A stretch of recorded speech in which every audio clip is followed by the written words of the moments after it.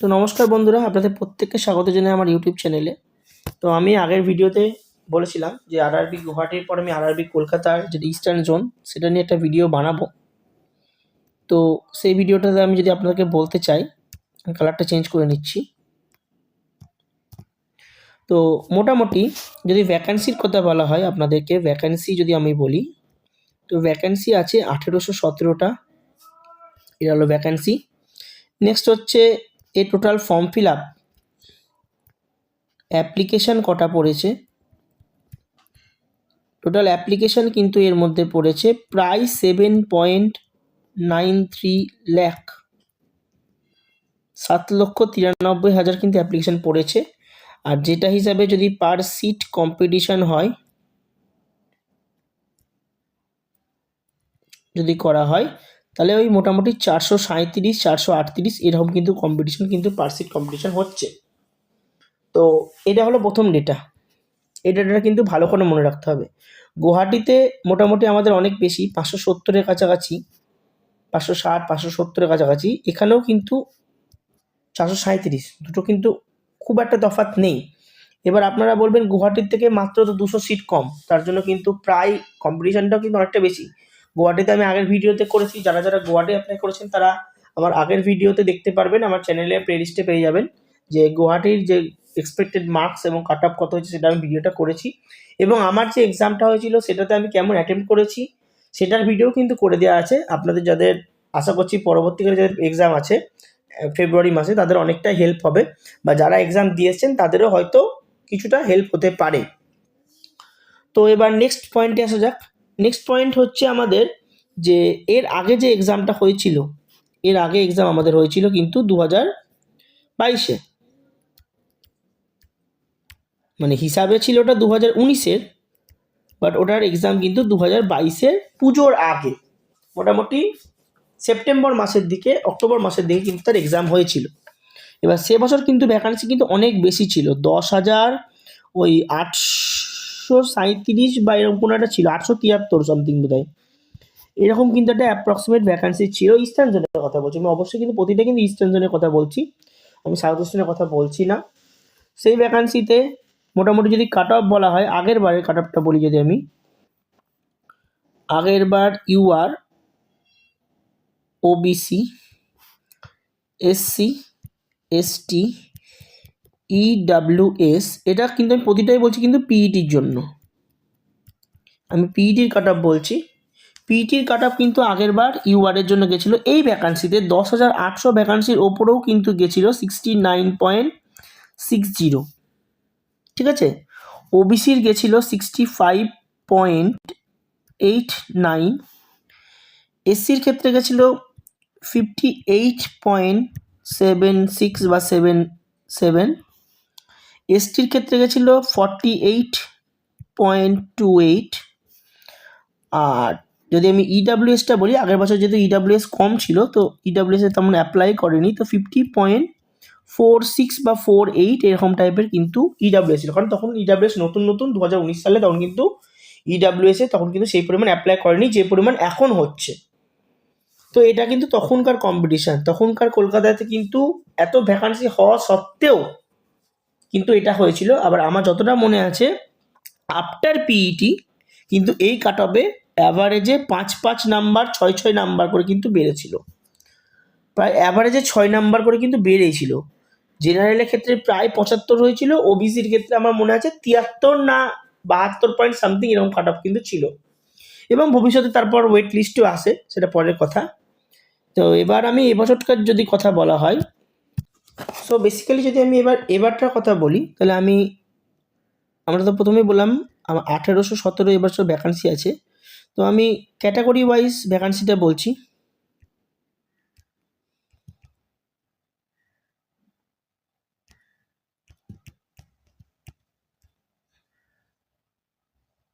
এদিকে লিখি SC, ST.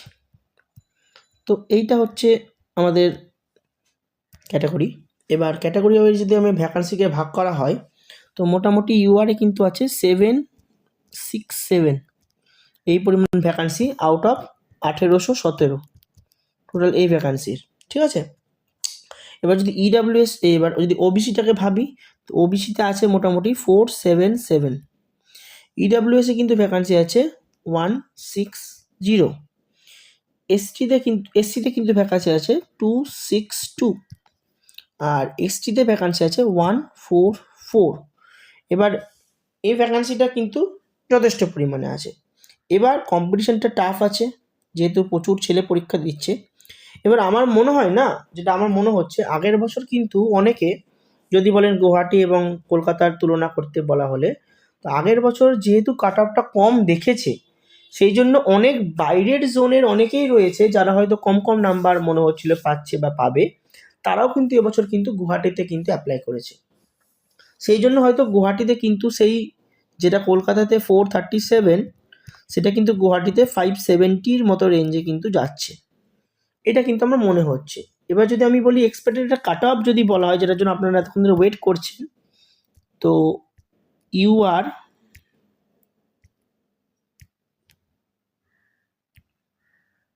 OBC EWS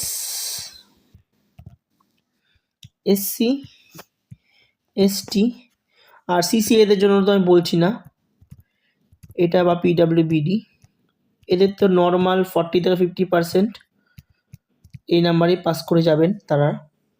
তো এবার যদি আমি ইউআরে মনে হয়, আমি কিন্তু প্রত্যেকটাই নর্মালাইজ স্কোর বলছি, ফর পিইটি বলছি, দু একটা নাম্বার এদিক ওদিক হতে পারে, সেটা কিন্তু মনে হচ্ছে 75 থেকে মোটামুটি 78 79, এটা কিন্তু পিইটির জন্য যাবে, এটা কিন্তু পিইটির কাটা বলছি।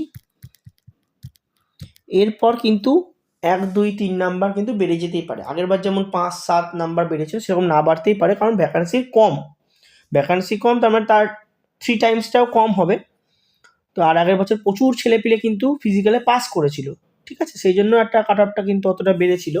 তো আমার মনে হচ্ছে কিন্তু এই রেঞ্জে একটা কাট অফ হতে পারে। ওবিসির জন্য আমার মনে হচ্ছে 72 থেকে 75, ইডাব্লিউএস এর ক্ষেত্রেও কিন্তু আমার এবছর মনে হচ্ছে 73 থেকে 75 এরকম কাট অফটা, কারণ এবছর কিন্তু অনেকে ইডাব্লিউএস কিন্তু অ্যাপ্লাই করেছে। আপনারা দেখবেন বিভিন্ন স্টেট গভর্নমেন্ট, মানে যেমন আমাদের পশ্চিমবঙ্গে রয়েছে, তেমনি পশ্চিমবঙ্গের বিভিন্ন পরীক্ষাতে ইডাব্লিউএস এর কাট অফটা বহুতই কম হয়, যেহেতু নতুন বলে। কিন্তু রেল, সিজিএল, অন্যান্য জায়গায় কিন্তু ইডাব্লিউএস, ব্যাংক বিশেষ করে, এগুলোতে কিন্তু ইডাব্লিউএস কিন্তু প্রচুর পরিমাণে কিন্তু অ্যাপ্লাই করছে। অতএব আমার কিন্তু মনে হচ্ছে খুব একটা তফাৎ হবে। এসসিদের ক্ষেত্রেও আমি যদি বলি 64 থেকে 68 বা 69 এই রেঞ্জে একটা কাট অফ হতে পারে, আর এদের ক্ষেত্রে 60 থেকে 63 এই কাট অফটা কিন্তু আমার মনে হচ্ছে। তো এটা আমার মনে হচ্ছে কিন্তু এটা পিইটির জন্য কাট অফ হতে পারে, ফাইনাল কাট অফের থেকে 2-3 নাম্বার আরও বেশি যেতে পারে, মানে মেবি এটা 75 কি 76 যদি হয়, সেক্ষেত্রে দেখা গেলো 79 কাট অফ যেতে পারে আগের বছরের তুলনায়, কারণ উপরের নাম্বারে না ছেলেপিলে ক্যান্ডিডেট কিন্তু কম থাকে। আর সব থেকে বড় কথা হচ্ছে এবার কিন্তু এক্সাম প্যাটার্ন কিন্তু পুরো চেঞ্জ, এবার এক্সাম প্যাটার্নে কিন্তু নো স্ট্যাটিক, এটা কিন্তু এফেক্ট ফেলবেই। ফুললি সিএ, পুরো কারেন্ট অ্যাফেয়ার্স দিয়ে দিয়েছিল, যার মধ্যে ছেলেপিলে অনেকেই বলছে আমি 8টা করেছি, 10টা করেছি, 12টা করেছি, পরবর্তীকালে কী হবে সেটা কেউ জানে না। আর ম্যাথ রিজনিং টাইম টেকিং ছিল, আমি বলবো না ম্যাথ রিজনিং কঠিন ছিল, ম্যাথ রিজনিং টাইম টেকিং ছিল, মানে 55তে মোটামুটি যারা ভালো স্টুডেন্ট তারা মোটামুটি 50+ চেষ্টা করবেই। সায়েন্সের ক্ষেত্রে অনেকে বলবে আমি 20-22 করে এসেছি, কিন্তু কোনো ব্যাপার না, সায়েন্সের ক্ষেত্রেও কিন্তু একটা মোটামুটি 17-18 কিন্তু একটা ভালো স্কোর, কেটে ছেটের কথা বলছি অবশ্যই কিন্তু, হ্যাঁ, কেটে ছেটে কিন্তু ভালো স্কোর। আর ঠিক সেম কেসে মানে আমাদের কারেন্ট অ্যাফেয়ার্সের ক্ষেত্রে 5 থেকে 7, তাহলেই কিন্তু র স্কোরটা মোটামুটি দেখুন 72-73 কিন্তু হয়ে যাচ্ছে। এবার শিফটের ওপরও ডিপেন্ড করে, কেউ কঠিন শিফট হলে একটু কম হতে পারে, 68-67 হতে পারে, কেউ ইজি শিফট হলে 75-76 মার্কস পেতে পারে। আমি কিন্তু একবার বলছি অ্যাটেম্প তো কেউ 90 করে আসতে পারে, 100-র মধ্যে 90 করতে পারে, কেউ 95 করতে পারে, ডাজেন্ট ম্যাটার। অতএব আমি যে কোশ্চেনটা বলেছিলাম, যেখানটা আমি যেটা অ্যানালাইসিসটা করেছি, সেখানে আপনারা দেখতে পারবেন কেমন কোশ্চেন করেছে, তারপর আপনারা বিচার করতে পারেন। এবং যারা যারা কলকাতায় পরীক্ষা দিচ্ছেন তারা প্রত্যেকে আমাকে কমেন্টে বলতে পারেন তারা কেমন অ্যাটেম্প্ট করেছেন। যারা আগে অলরেডি এক্সাম দিয়ে নিয়েছেন তারা কমেন্টে আপনাদের অ্যাটেম্প্ট এবং কত এক্সপেক্ট করছেন সেটা আমাকে বলবেন।